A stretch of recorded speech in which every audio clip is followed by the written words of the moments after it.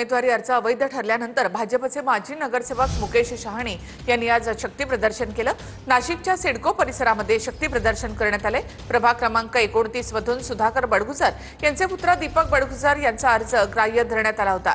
एकाच प्रभागामधून भाजपने दीपक बडगुजर आणि मुकेश शहाणे यांना एबी फॉर्म दिले होते, तर मुकेश शहाणे हे अपक्ष निवडणूक लढण्यावर ठाम आहेत। विकास नाही करायचा, यांना यांचे स्वतःचे पोटं भरायचे, म्हणून अशा चुकीच्या पद्धतीने काल जो एबी फॉर्म चोरून आणला या चोरट्यांनी आणि तो फॉर्म त्याला लावला आणि त्या फॉर्म लावल्यामुळं थोडा एबी फॉर्मचा घोळ झाला।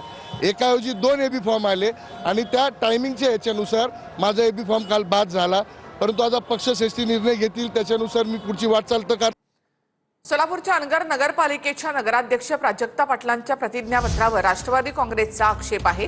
राष्ट्रवादीचे जिल्हाध्यक्ष उमेश पाटील, उज्ज्वला थिटे यांनी यावर आक्षेप घेतला आहे। प्राजक्ता पाटलांनी प्रतिज्ञापत्रामध्ये खोटी माहिती दिल्याचा आरोप आहे।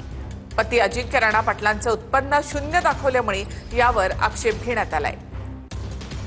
अजिंक्य राणा पाटील यांच्या नावाच्या पुढे शून्य लिहिलेलं आहे। आता अजिंक्य राणांच्या नावाने किती प्रॉपर्टी आहे याचा सुद्धा वेगळा तपशील आमच्याकडे आहे।